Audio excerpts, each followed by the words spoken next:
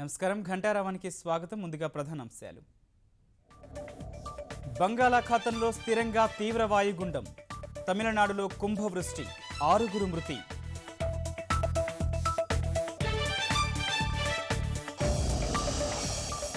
ఆంధ్రప్రదేశ్ పైన ప్రభావం, ఈదురుగాలులతో కూడిన వర్షాలు.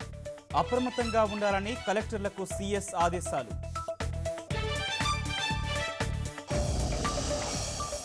చివరి రక్తపు బొట్టు ఉన్నంత వరకు రాయలసీమకు అన్యాయం జరగనివ్వను.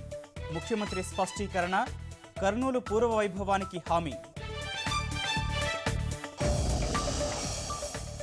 ఉర్దూ ఉపాధ్యాయుల నియామకానికి ప్రత్యేక డిఎస్సి. ఇమాంలు, మౌజన్లకు ఈ నెల నుంచే జీతాలు. సీఎం వెల్లడి. దేశంలో ఏ వ్యవస్థ మార్పునకు అతీతం కాదు.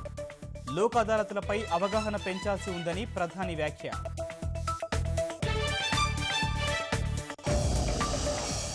బీహార్ ఓటమిపై భాజపా పార్లమెంటరీ పార్టీ బోర్డులో చర్చ.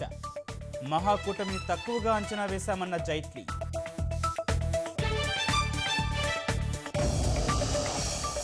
విశాఖతో పాటు మరో 5 వేదికలకు టెస్ట్ హోదా. జట్టు ఎంపిక కమిటీలో ఎంఎస్కే ప్రసాద్కు చోటు.